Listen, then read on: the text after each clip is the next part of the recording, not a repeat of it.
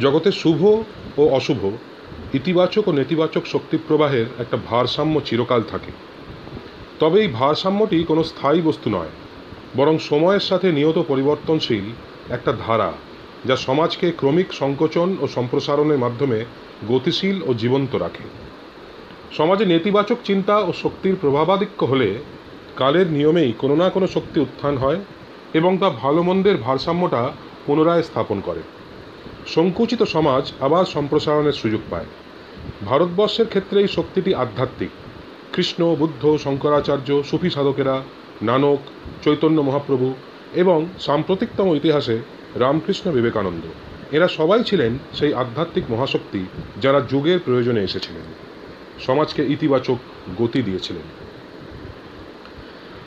তবে সকল যুগপুরুষের জীবনবাণীরই দুটি গতি বা প্রভাব থাকে। একটি সমাজের তদানীন্তন সমস্যা ও আশু প্রয়োজন পূরণের কাজ করে, এই শক্তিটি সময় বিশেষের জন্য প্রেরিত। দ্বিতীয় যে ধারাটি থাকে সেটি কোনো নির্দিষ্ট সময়কালের জন্য হয় না, বরং হয় সর্বকালের। তাই এইসব মহাপুরুষেরা সমকালের গণ্ডির অনেক ঊর্ধ্বে লোকোত্তর সত্তা। ভগবান বুদ্ধের আবির্ভাবে তৎকালীন সমাজ ব্রাহ্মণ্যবাদ ও বৈদিক কর্মকাণ্ডের শ্বাসরুদ্ধ বেষ্টনী থেকে যেমন মুক্তি পেয়েছিল, তেমনই তাঁর শিক্ষার যে দিকটি তাঁর সময়কে অতিক্রম করে আজও প্রাসঙ্গিক, তা হলো তাঁর সাম্য এবং ত্যাগের আদর্শ। বুদ্ধের মতো স্বামী বিবেকানন্দের জীবনেরও ওই দ্বিমুখী প্রভাব লক্ষ্য করা যায়। ঊনবিংশ ও বিংশ শতাব্দীর সামাজিক প্রেক্ষাপটে বিবেকবাণীর তাৎপর্য আজ সুবিদিত। সেটি ছিল তাঁর সমকাল। ঘোর তমনিদ্রায় আচ্ছন্ন তৎকালীন ভারত সমাজকে তিনি শুনিয়েছিলেন এমন জাগরণী মন্ত্র, যা শুধুমাত্র সংস্কারমূলক কিছু সামাজিক নিয়ম পরিবর্তনের দ্বারা সম্ভব ছিল না। সমাজের প্রয়োজন ছিল একটি চরিত্রের, যিনি উপনিষদ বর্ণিত বিশ্বসত্যকে নিজে উপলব্ধি করার পরে জগৎ কল্যাণে প্রচার করে সমাজের স্নায়ু দৌর্বল্য দূর করতে পারেন, রজগুণের বিকাশ ঘটাতে পারেন। অপরদিকে ভোগ সর্বস্ব পাশ্চাত্য সমাজের প্রয়োজন ছিল এমন বাণীর, যা চিরাচরিত পাপবাদের ঊর্ধ্বে একটি উচ্চতর সত্যের খোঁজ দিতে পারে এবং তাদের বিশুষ্ক দর্শনীয় বিশ্বাসে প্রাণ সঞ্চার করতে পারে। শুধু তাই নয়, কালের নিয়মে পাশ্চাত্যের সময় হয়েছিল ভারতকে জানার। ভারতবর্ষ যে কেবলমাত্র সাপুড়ে জাদুকর আর অনাহার ক্লিষ্ট পুতুল পূজকদের দেশ নয়, সেই ভারতবর্ষেরও যে পৃথিবীকে কিছু দেওয়ার আছে তা আবিষ্কার করা। সেই একই নিয়মে প্রাচ্যেরও দরকার ছিল পাশ্চাত্যের বিজ্ঞান, বস্তুবাদ ও অগ্রগতিকে জানার ও আত্মসাৎ করার। স্বামীজির জীবনবাণী এই সকল সুকঠিন যুগ প্রয়োজনই পূরণ করেছিল। তবে এই প্রবন্ধের আলোচ্য তাঁর সমকাল নয়। স্বামীজির মতাদর্শ আজকের যুগে কতটা প্রাসঙ্গিক, সেটাই এই লেখার বিষয়বস্তু। 21 শতকের প্রয়োজনের প্রেক্ষিতে আমরা বিবেকবাণীর তাৎপর্য অনুধাবন করার চেষ্টা করব কয়েকটি বিভাগে ভাগ করে। জাতিভেদ, সমাজ ও রাষ্ট্র। একথা অনস্বীকার্য যে আজ থেকে 100 বছর আগেও জাতিভেদের যে ভয়াবহ প্রকোপ এদেশে ছিল, আজকের যুগে তা অনেকাংশেই হ্রাস পেয়েছে। তবুও জাতপাত, ছুতমার্ক আজও যে বেশ বেঁচে পড়তে আছে, তার প্রমাণও বিস্তর আছে। আজও দেখি দেশের বিভিন্ন প্রান্তে নিম্নবর্গের উপর উচ্চতর বর্গের আধিপত্য বিস্তারের নির্লজ্জ চেষ্টা। স্বামীজি বিশ্বাস করতেন বর্তমান জাতিপ্রথা বৈদিক যুগের জীবিকাভিত্তিক জাতি ব্যবস্থার একটি বিকৃতি এবং দেশের উন্নতির পথে একটি অন্তরায়। তাই আধুনিক যুগের জাতিভেদের বিরুদ্ধে তাঁর শ্লেষ বারংবার বর্ষিত হয়েছে। 1893 সালে নভেম্বর মাসে শিষ্য আলাসিঙ্গা পেরুমলকে স্বামীজি শিকাগো থেকে লিখছেন, এ বিষয়ে পুরোহিতগণ যতই আবোল তাবোল বলুন না কেন, জাতি একটি অচলায়তনে পরিণত সামাজিক বিধান ছাড়া কিছুই নয়। উহা নিজের কার্য শেষ করিয়া এক্ষণে ভারত গগনকে দুর্গন্ধে আচ্ছন্ন করিয়াছে। আবার 1895 সালে গুরুভাই স্বামী ব্রহ্মানন্দকে লিখিত একটি চিঠিতে স্বামীজির সুতীক্ষ্ণ বিদ্রূপ শুনতে পাই। তিনি বলছেন, হিন্দুর এখনকার ধর্ম বেদে নাই, পুরাণে নাই, ভক্তিতে নাই, মুক্তিতে নাই, ধর্ম ঢুকেছেন ভাতের হাঁড়িতে। শুধু তাই নয়, আজ থেকে 100 বৎসরেরও বেশি দূরে দাঁড়িয়ে স্বামীজি ঘোষণা করেছিলেন ভারতবর্ষে ইন্টারম্যারেজটা হওয়া দরকার, তা না হওয়ায় যাত্রার শারীরিক দুর্বলতা এসেছে। 21 শতকের তথ্য প্রযুক্তির যুগে দাঁড়িয়েও যারা জাতপাত এবং ভিন্ন জাতির মধ্যে অন্তর্বিবাহ নিয়ে একে অপরের সাথে বিবদমান, তাদের একবার বিবেকানন্দের এই বাণীগুলির পাঠে নেওয়া একান্ত প্রয়োজন। সমাজ ও রাষ্ট্রের চোখে সবার সমানাধিকারের প্রবল সমর্থক ছিলেন স্বামীজি। কোনো ব্যক্তি বা শ্রেণীর বিশেষ অধিকার বা সুবিধাভোগের সুযোগ থাকুক, তা তিনি একেবারেই চাননি। বিবেকানন্দের জীবন কাছ থেকে অনুধাবন করলে দেখা যায় যে তার মননে গণতন্ত্র, ব্যক্তি স্বাতন্ত্র্যবাদ ও সমাজতন্ত্রের অদ্ভুত সমন্বয় সাধিত হয়েছিল। সমষ্টির কল্যাণে ব্যষ্টির কল্যাণ মেনে নিয়েও তিনি বলেছেন, স্বার্থই স্বার্থত্যাগের প্রধান শিক্ষক। ব্যষ্টির স্বার্থ রক্ষার জন্য সমষ্টির কল্যাণের দিকে প্রথম দৃষ্টিপাত। স্বজাতির স্বার্থে নিজের স্বার্থ, স্বজাতির কল্যাণে নিজের কল্যাণ। বলা বাহুল্য, জাতি শব্দটি এখানে ব্যাপকতর অর্থে প্রযোজ্য। আরও বলেছেন, স্বাধীনতাই উন্নতির প্রথম শর্ত। যেমন মানুষের চিন্তা করিবার ও কথা বলিবার স্বাধীনতা থাকা আবশ্যক, তেমনি তাহার আহার, পোশাক, বিবাহ ও অন্যান্য সকল বিষয়েই স্বাধীনতা প্রয়োজন। তবে এই স্বাধীনতা যেন অপর কাহারও অনিষ্ট না করে। অর্থাৎ বিবেকানন্দ ছিলেন ব্যক্তি স্বাতন্ত্র্যের পূজারী, তবে সেই স্বাধীনতা যেন সমষ্টি বা রাষ্ট্রের কল্যাণের পরিপন্থী না হয়। তিনি মানুষের সমানাধিকারে বিশ্বাসী। ব্যক্তি অধিকার খর্ব করে নয়, বরং জাতি ধর্ম নির্বিশেষে সকল মানুষকে সমাসনে বসিয়ে। একথা নিশ্চিত যে জাতি, সমাজ ও রাষ্ট্র যেহেতু চিরকালীন বিষয়, বিবেকবাণীর গুরুত্ব তাই অপরিসীম। আন্তর্জাতিক মিলন সাধন। একবিংশ শতক বিশ্বায়নের শতক। মানুষের ক্ষুদ্র পরিসর দ্রুত বড় হচ্ছে এবং প্রযুক্তির হাত ধরে মানব চেতনার সীমা ক্রমশ বর্ধিত হচ্ছে। প্রকৃতপক্ষে আন্তর্জাতিক মঞ্চে আধুনিক ভারতের প্রথম ঠিক আত্মপ্রকাশ হয়েছিল 1893 সালে শিকাগোতে অনুষ্ঠিত বিশ্ব ধর্ম মহাসম্মেলনে। ধর্ম মহাসভার সূচনাকালে হল অফ কলম্বাসে ঠিক 10টার সময় 10টি প্রধান ধর্মমতের উদ্দেশ্যে 10 বার ঘণ্টাধ্বনি করা হয়েছিল। স্বামীজি সেদিনের ভাষণে বলেছিলেন, তার আশা ওই ঘণ্টাধ্বনি সর্ববিধ অসৎভাবের সম্পূর্ণ অবসানের বার্তা ঘোষণা করুক। পারস্পরিক সদ্ভাব ব্যতীত দেশে দেশে মিলন ও ভাবের লেনদেন যে সম্ভবই নয়, তা বিবেকানন্দ ভালোই জানতেন। তিনি চেয়েছিলেন ভারতবর্ষ পাশ্চাত্যের বিজ্ঞান ও প্রযুক্তি শিখুক, বিনিময়ে পাশ্চাত্য নিক ভারতের অদ্বৈতবাদ ও সমন্বয়ের বার্তা। বস্তুত এই বিনিময়বোধ ছাড়া আন্তর্জাতিক সংহতি সম্ভব নয়, কারণ দেওয়া যদি একমুখী হয় তবে দাতা চিরকালই উচ্চাসনে বসে থাকবে। দয়া আর লেনদেন কখনোই এক হতে পারে না। সভ্যতার বিনিময়ে যে জাতিসমূহের উন্নতি, সে কথা ভারতীয় চিন্তানায়কদের মধ্যে স্বামীজিই বোধহয় প্রথম উপলব্ধি করেছিলেন। তিনি বলেছিলেন, জীবনের প্রথম স্পষ্ট চিহ্ন বিস্তার। যদি তোমরা বাঁচিতে চাও তবে তোমাদের সংকীর্ণ গণ্ডি ছাড়িতে হইবে। স্পষ্টত তিনি বিভিন্ন দেশের মধ্যে পারস্পরিক ভাব বিনিময়ের মাধ্যমে অগ্রগতির অনিবার্যতার দিকেই ইঙ্গিত করেছেন। নিবেদিতাকে এক চিঠিতে লিখছেন, এই আন্তর্জাতিক মেলামেশার মতলবটা খুব ভালো, যে রকমে পারো ওতে যোগ দাও, আর যদি তুমি মাঝ থেকে কয়েকটি ভারতীয় নারী সমিতিকে এতে যোগ দেওয়াতে পারো তবে আরও ভালো হয়। তবে বিশ্বায়নের মাধ্যমে অগ্রগতির কিছু কুফলও তো আছে। বিশ্বায়নের এই যুগে নানান দেশীয় ও আন্তর্জাতিক সমস্যা আজ আমাদের অনেকগুলি আর্থসামাজিক প্রশ্নের মুখে দাঁড় করিয়ে দিয়েছে। স্বামীজির সমন্বয়ী বাণী সেই সব যুগ প্রশ্নের উত্তর দিতে সক্ষম। প্রেম, একমাত্র প্রেমই আমি প্রচার করিয়া থাকি, আর আমার এই উপদেশ বিশ্বাত্মার সর্বব্যাপিত্ব ও সমত্বরূপ বেদান্তের সেই মহান তত্ত্বের উপর প্রতিষ্ঠিত, বলেছিলেন স্বামীজি। দেশে দেশে মিলন তো আসলে মানুষে মানুষেই মিলন। আত্মার সর্বব্যাপিত্ব ও সমত্বের বাণী তাই মিলনকে সুদৃঢ় আধ্যাত্মিক ভিত্তি দিয়েছে। মানুষ দেশ ও কাল নির্বিশেষে একে অপরের থেকে অভিন্ন। স্বামীজির বাণীতে আন্তর্জাতিকতা তাই শুধুমাত্র সৌভ্রাতৃত্বের ওপর নয়, বরং ঐক্যের ভিত্তিভূমিতে প্রতিষ্ঠিত। বিশ্ব নাগরিকদের ভাবমিলন থেকে শুরু করে জীবিকার ইঁদুর দৌড়, বিশ্বায়নের সকল সমস্যার সমাধানই বিবেকানন্দের মানব ঐক্যের শাশ্বত বাণীর মধ্যে নিহিত রয়েছে। এ যুগের মানুষ কিভাবে সেই সম্ভাবনাকে রূপায়িত করে তাই দেখার। শিক্ষা ও চরিত্র গঠন, ম্যান মেকিং। সভ্যতার আধার, ধারক এবং বাহক হলো মানুষ। শুধুমাত্র প্রযুক্তির সাহায্যে প্রকৃতির উপর ক্রমশ প্রভুত্ব স্থাপন করাকে সভ্যতা বলে না। মানুষ যখন তার অন্তর্নিহিত মনুষ্যত্বের উন্মেষ সাধন করে এবং ইন্দ্রিয়বশ্যতাকে অতিক্রম করে সততা, ত্যাগ, সেবা, সহনশীলতা ও পরার্থতাকে জীবনে বাস্তবায়িত করতে প্রয়াস পায়, তখনই সে প্রকৃত সভ্য হয় এবং এই রকম সমাজকেই সভ্য সমাজ বলে। এই রকম মানুষ গড়াই সমাজের উদ্দেশ্য ও প্রয়োজন। আজকের বিস্ময়কর অগ্রগতির যুগে অভিভাবকেরা শিশুকে তথ্য প্রযুক্তির পাঠ জন্ম থেকেই দিয়ে থাকেন, অথচ শিশুটির চরিত্র গঠনের ওপর তেমন জোর দেন না। আধুনিক শিক্ষা ব্যবস্থা ভবিষ্যতের ম্যানেজার তৈরি করতে যতটা বিশ্বাসী, মানুষ তৈরি করতে ততটা নয়। আমরা একথা ভুলতে বসেছি যে মানুষই মনুষ্যত্বের ভবিষ্যৎ।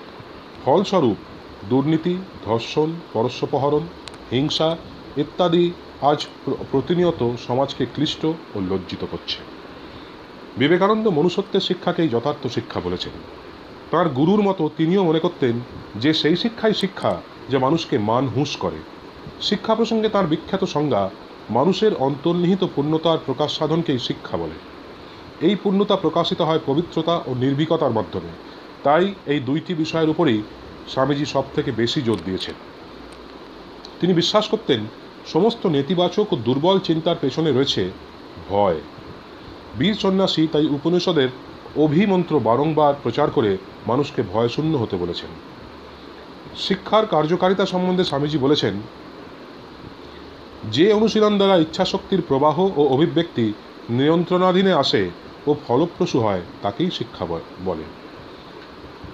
অর্থাৎ শুধুমাত্র একগাদা তথ্য মস্তিষ্কে ভরে দেওয়াই শিক্ষা নয়, প্রকৃত শিক্ষার সঙ্গে চরিত্র গঠন অঙ্গাঙ্গিভাবে সম্পৃক্ত।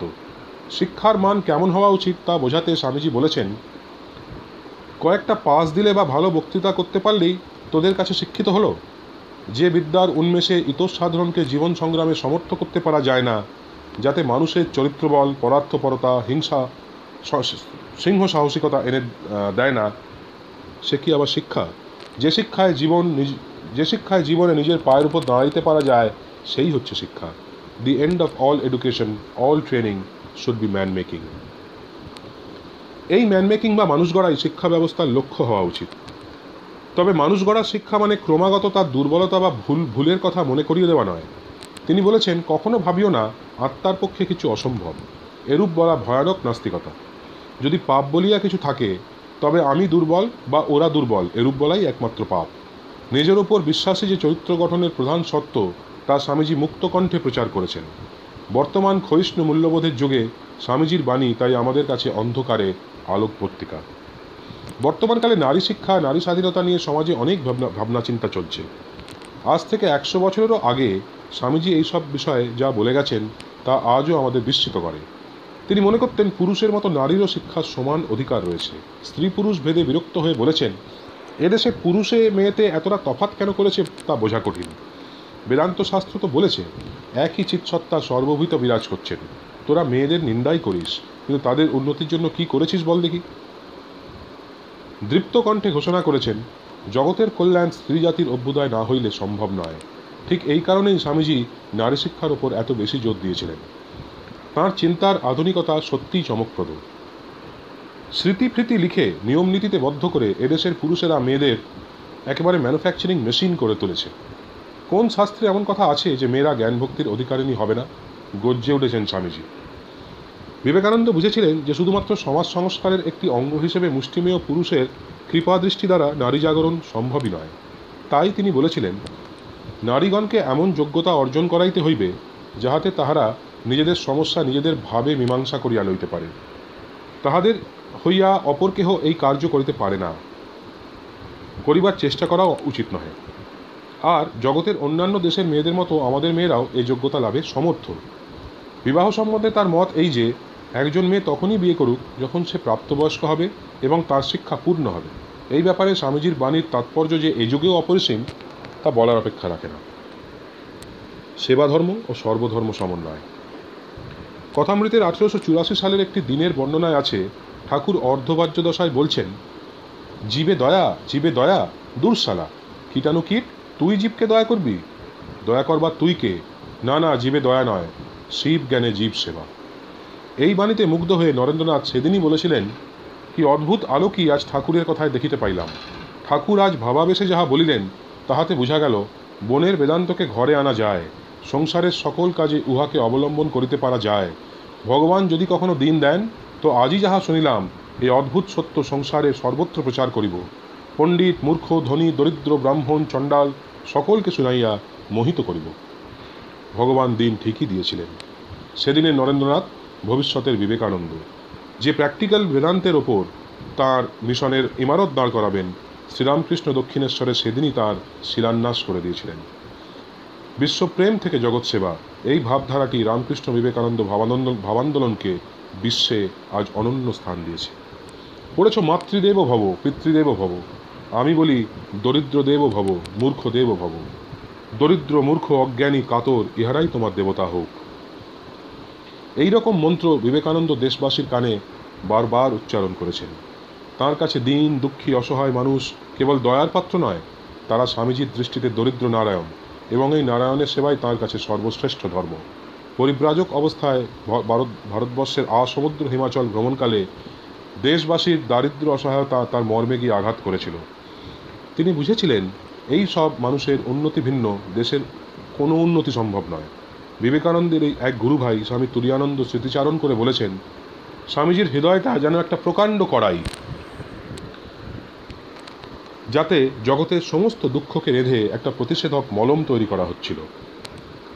যে আগুন, যে তোলপাড় স্বামীজির হৃদয়ে চলছিল, তিনি তা দেশবাসীর অন্তরে সঞ্চারিত করতে চেয়েছিলেন। তিনি সুপ্ত জাতির ঘুম ভাঙিয়েছিলেন এই জাগরণী মন্ত্রে। হে মহাপ্রাণ, ওঠো, জাগো, জগৎ দুঃখে পুড়ে খাক হয়ে যাচ্ছে, তোমার কি নিদ্রা সাজে? তাঁর গুরুর বাণী খালি পেটে ধর্ম হয় না, তিনিও পুনরাবৃত্তি করে গেছেন। তিনি মনে করতেন গরিব ক্ষুধার্ত মানুষকে ধর্মের কথা শোনানো পাপ। বস্তুত তার আমেরিকা যাওয়ার একটি অন্যতম প্রধান কারণ ভারতের গরিব আর্তদের জন্য কিছু উপায় অন্বেষণ। তাই আমেরিকা থেকে আবার উচ্চারিত হলো সেই অমোঘ আহ্বান, যা আজও মনের গোড়া ধরে নাড়া দেয়। আমি এই দেশে অনাহারে বা শীতে মরিতে পারি, কিন্তু হে মান্দ্রাজবাসী যুবকগণ, আমি তোমাদের নিকট এই গরিব, অজ্ঞ, অত্যাচার পীড়িতদের জন্য এই সহানুভূতি, এই প্রাণপণ চেষ্টা দায়স্বরূপ অর্পণ করিতেছি। আজকের যুবকদের জন্য এই বাণীটির মূল্য অপরিসীম, সেটা আলাদা করে বলার প্রয়োজন নেই। সর্বজীব, সর্বচৈতন্যের মধ্যে সেই একই মহাচৈতন্য প্রকাশিত হচ্ছে। উপনিষদের এই প্যান্থিজমকে স্বামীজি তার প্র্যাকটিক্যাল বেদান্তর মাধ্যমে বিশ্ব সংসারের কল্যাণের কাজে লাগালেন। বিশ্ব ইতিহাসেই প্রথম মানবপ্রেম এত বড় দার্শনিক সহায় পেল। স্বামীজি মানব সেবাকে ব্যক্তিগত মুক্তির চেয়েও অধিক প্রাধান্য দিয়েছিলেন। তাই যখন 1897 সালে রামকৃষ্ণ মঠ মিশন প্রতিষ্ঠা করলেন, তখন ঋগ্বেদের আত্মানো মোক্ষার্থং জগৎ হিতায় চা এই শ্লোককেই তার মূল মন্ত্র বলে নির্ধারিত করে দিলেন। নিজের মুক্তি এবং জগতের হিত সাধন, এই হলো বাণীটির শব্দার্থ, যার মাধ্যমে স্বামীজি সেবাকে পুজোর স্তরে উন্নীত করে দিলেন। বিমূর্ত হয়ে উঠল তাঁর কর্মযোগ। তে প্রাপ্নুবন্তি মামেব সর্বভূত হিতে রতা। যারা সকল প্রাণীর কল্যাণে নিযুক্ত, তারা আমাকেই প্রাপ্ত হন। গীতার এই বাণীর সাথে রামকৃষ্ণ বিবেকানন্দের এই যে মিশন, তার ভাবের পূর্ণ সামঞ্জস্য আছে। ক্ষুদ্র আয়োজন থেকে আরম্ভ হলেও রামকৃষ্ণ মিশন আজকে বিশ্বের মানচিত্রে নিজের স্থান করে নিয়েছে। আজ 120 বছর ধরে মিশন পৃথিবীব্যাপী আত্মজনের প্রতি নিঃস্বার্থ সেবাভাব নিয়ে নিঃশব্দে কাজ করে চলেছে। সমাজের সবকটি প্রয়োজনীয় দিক, যেমন চিকিৎসা, শিক্ষা, সংস্কৃতি, গ্রামোন্নয়ন, উপজাতি জীবনের উন্নতি সাধন, যুবশিক্ষা ইত্যাদি বহুমুখী ধারায় মিশনের নিরন্তর সেবা প্রয়াস চলছে। দাতব্য চিকিৎসালয় থেকে শুরু করে নার্সিং ট্রেনিং, অনাথালয়, দৃষ্টিহীনদের জন্য প্রশিক্ষণ কেন্দ্র, প্রাকৃতিক দুর্যোগে সাহায্য, এই সবই রামকৃষ্ণ মিশনের বিরাট কর্মকাণ্ডের অংশ। বিবেকানন্দ প্রতিষ্ঠিত মিশনের সংবিধানের সাথে ইউনেস্কোর সংবিধানের আশ্চর্য সাদৃশ্য আছে, যদিও রামকৃষ্ণ মিশন প্রাচীনতর। সেবা ধর্মের মতোই সর্বধর্ম সমন্বয় বিবেকবাণীর আরেকটি বৈশিষ্ট্য, যার আবেদন চিরন্তন। শ্রীরামকৃষ্ণের বিখ্যাত উপলব্ধি যত মত তত পথ মূর্ত হয়েছিল স্বামী বিবেকানন্দের মধ্যে। স্বামীজি নিজেও নির্বিকল্প সমাধির মাধ্যমে বিশ্ব সত্যকে উপলব্ধি করেছিলেন। তাই সকল ধর্মই তাঁর কাছে সত্য ছিল, কারণ তার দৃষ্টিতে ধর্ম শুধুমাত্র কয়েকটি লোকাচারের সমষ্টিমাত্র নয়, ধর্ম সেই অখণ্ড এবং অনির্বচনীয় সত্যকে উপলব্ধি করার ভিন্ন ভিন্ন পথ। তিনি বলেছেন, all religions and all methods of work and worship lead us to the one and the same goal.